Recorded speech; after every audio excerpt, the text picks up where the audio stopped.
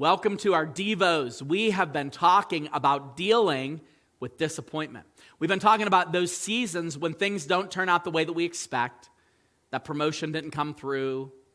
That house that we had our hearts set on, we didn't get it, we didn't obtain. That career we're trying to build, it's not working. And we find ourselves in this season of disappointment. Well, here's something that we have to realize about disappointment. The devil will lie to you about your disappointment.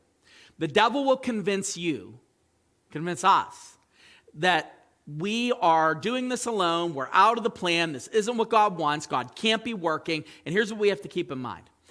Even in silence, God is still working. Even in silence, God is still working. A better preacher once said, never confuse God's silence with his absence. Those are two different things. When we examine where we are when it comes to disappointment, we have to recognize that God never stops working. He is always at work in your life. He's at work in your character. He's at work in who you are becoming. He's at work in the lives of those around you. And when you are disappointed, you might think, okay, it's almost like, this is a movie and the director just called cut and there was no call back into action. So you're like, I'm in this place, and Pastor Mike calls it the gap of where you think you should be versus where you are, and you find yourself in this gap, and you're like, okay, well, is he done? Like, is God not working? But in reality, the truth is, he is. But we don't see it because we're too focused on our pain. We don't see it because God might not want us to see it. We don't see it because we're not looking in faith. It doesn't matter, but it seems and it appears that God is silent. Or God is absent. That's not true. He is still working. He might just be silent. Look with me in John chapter 5, verse 17. Jesus says, my Father is working until now, and I am working. And what's interesting about just this little passage, it just shows you the Father's heart.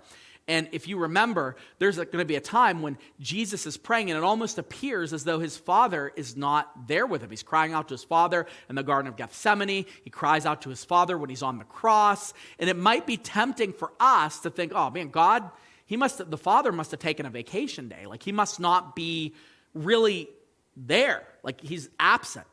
And in reality, nothing could be further from the truth. God is working. God is actually doing what he wants to do, and he is making us able to connect to him in a unique way. And also, he's working in our situation what has to happen so that we become the people that he's called us to be. So when you're disappointed, do not confuse his silence with his absence. One might be seasonal, and one is never true. He is never absent. He is always present. He is always there. Though it may appear that he is not, he will never leave us, even in our deepest disappointments.